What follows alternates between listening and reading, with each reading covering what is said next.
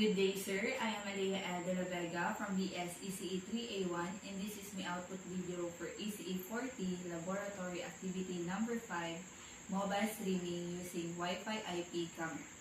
So first, we will install the application which is the Wi-Fi IP camera.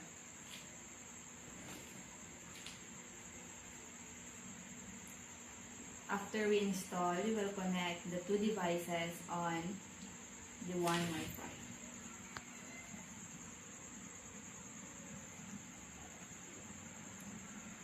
After we connect, we will open the application.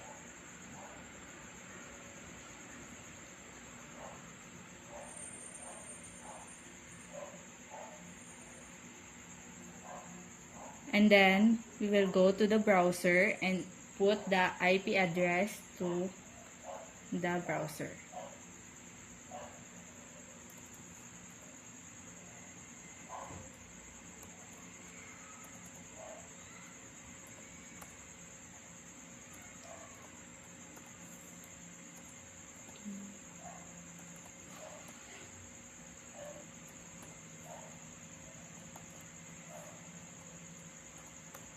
And then click enter.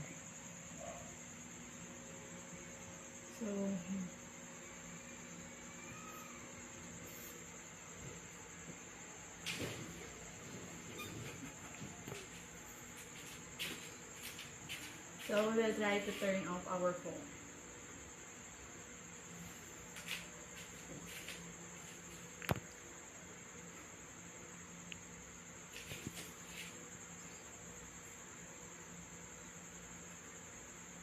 That's all.